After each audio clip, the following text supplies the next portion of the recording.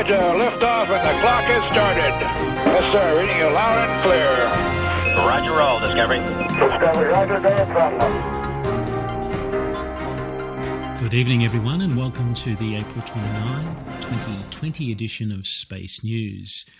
This is Michael Abdillah, and I'm from the Space Association of Australia. Let's get the show started with some Australian space news. Satellite services company Speedcast International filed for bankruptcy last week. The Australian company, which ended 2019 with $669 million in debt, said customer struggles amplified by the coronavirus pandemic's impact on the cruise line sector made it impossible to raise much-needed equity. The company has arranged for up to $90 million in debtor-in-possession financing to maintain operations during its restructuring.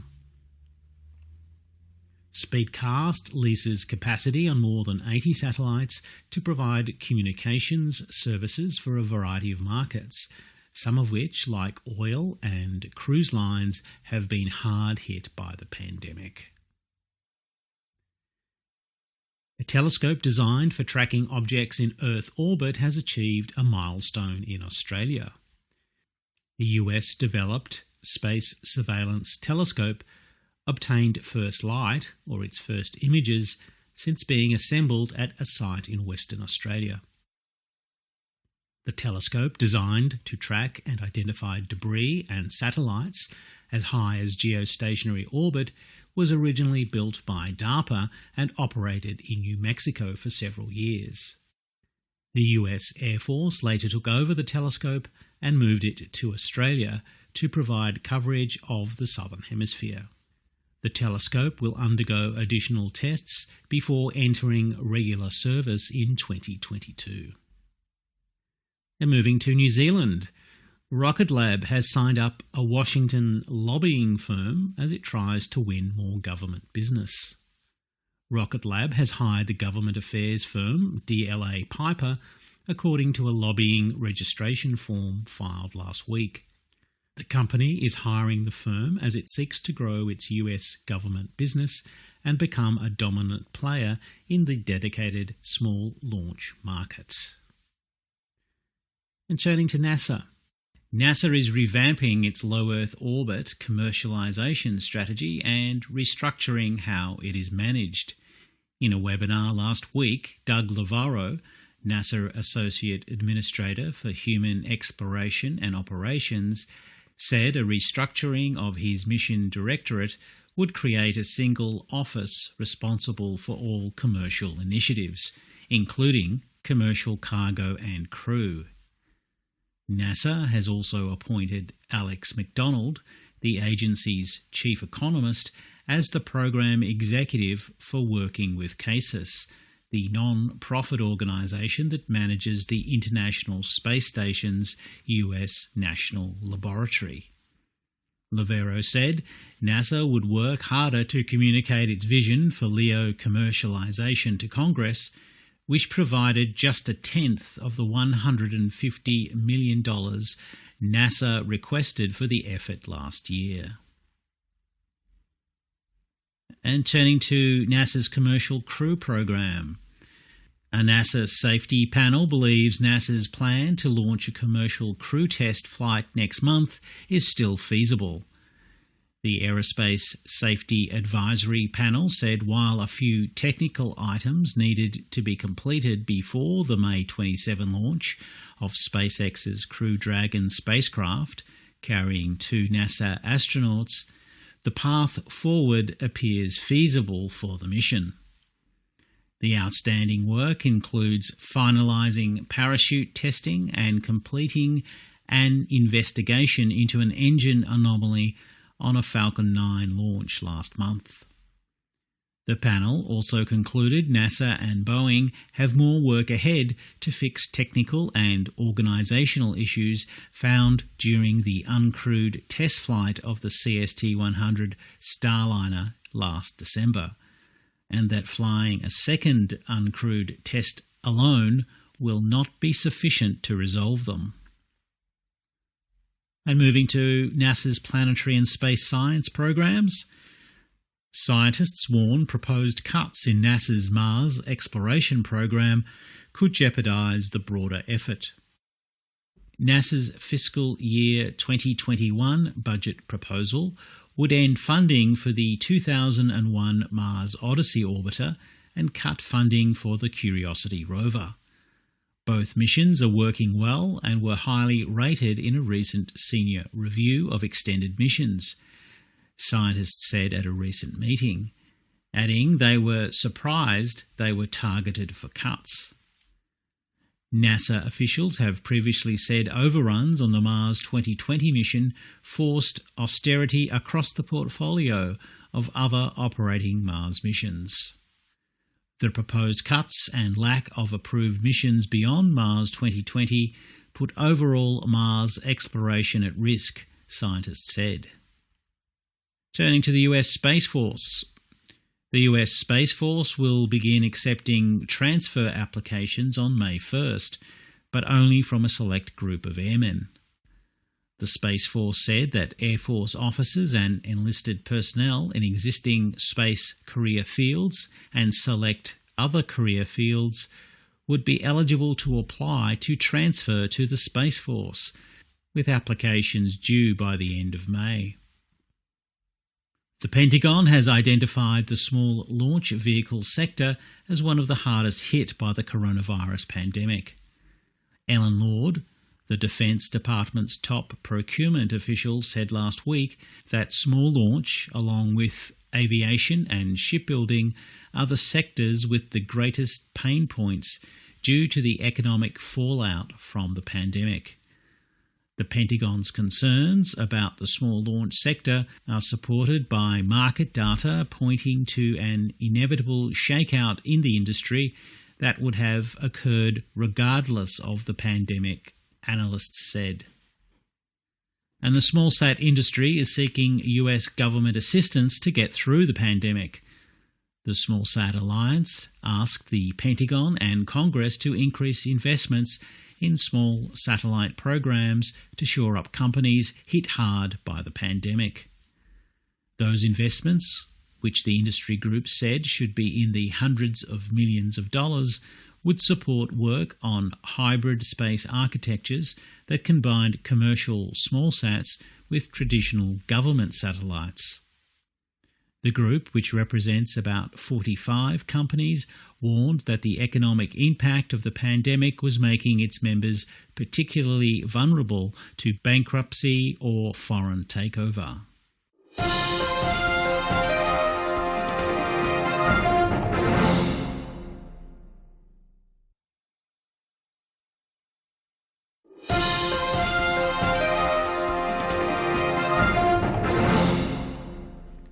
And turning to Europe, the European Space Agency has given its Proba-V spacecraft a new mission.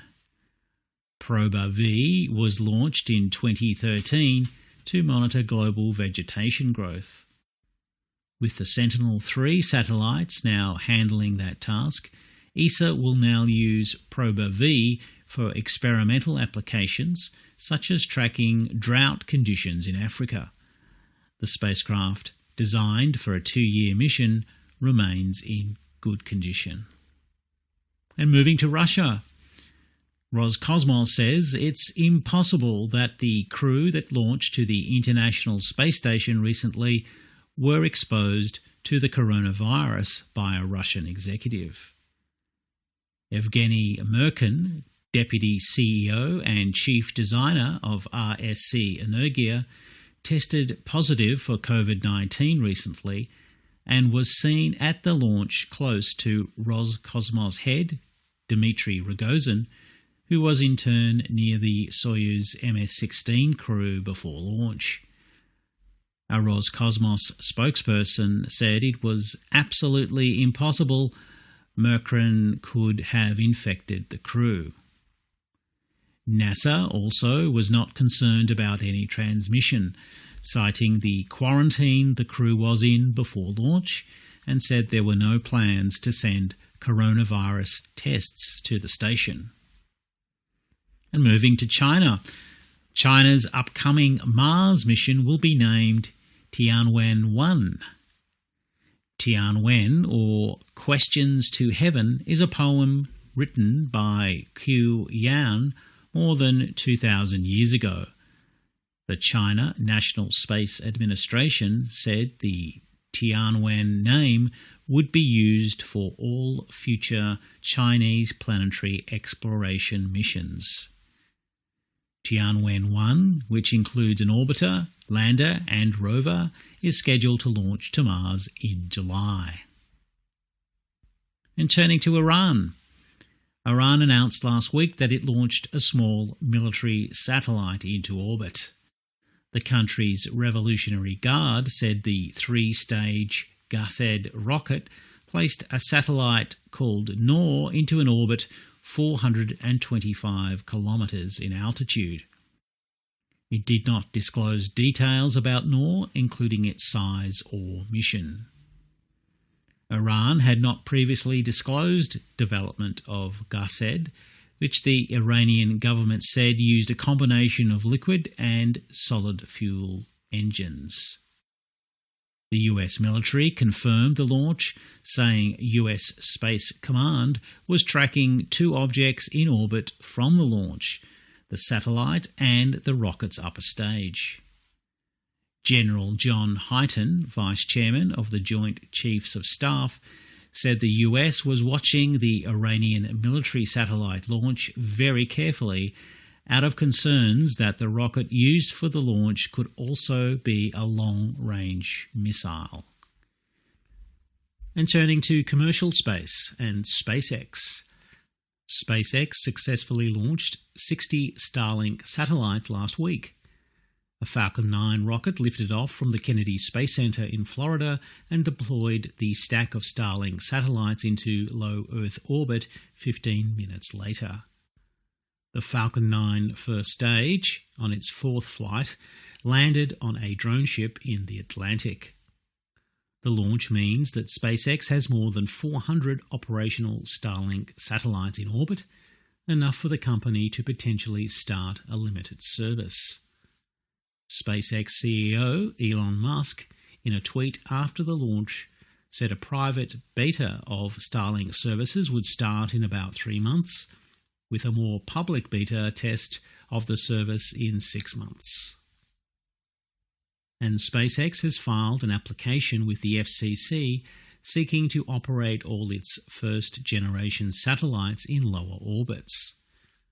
Those 4,400 satellites were originally approved to operate at an altitude of 1,200 kilometres, but last year the FCC approved a license modification that allowed SpaceX to operate 1,600 of them at 550 kilometres. SpaceX asked the FCC for authorization to operate the remaining 2,800 of the first-generation Starlink satellites between 540 and 570 kilometres. SpaceX has touted lower altitudes as a key element of its plans to prevent space debris, since gravity will pull dead satellites below 650 kilometres into Earth's atmosphere within the 25-year disposal timeframe of existing regulations. Looking at Firefly Aerospace. Firefly has signed a launch agreement with Spaceflight for a rideshare mission next year. Spaceflight will provide payloads for the majority of the capacity of a Firefly Alpha launch in mid-2021 and will also contribute rideshare payloads for other Alpha missions. Firefly executives said they planned to perform tests on the 2 stages of the first flight version of Alpha in May and June, and then ship it to the launch site at Vandenberg Air Force Base in California for a launch later this year. Alpha will be able to place up to 630 kilograms into Sun synchronous orbits, launching from Vandenberg. And finally tonight, the Hubble Space Telescope turned the big 3-0 last week. April 24 marked the 30th anniversary of the launch of the STS-31 shuttle mission that deployed Hubble. Events marking the anniversary were moved online because of the coronavirus pandemic, including the release by the Space Telescope Institute of a special image to mark the anniversary. That image, dubbed the Cosmic Reef, shows a colourful star-forming region in the Large Magellanic Cloud near the Milky Way. That's all we have time for tonight. We'll speak to you again next week. Good night.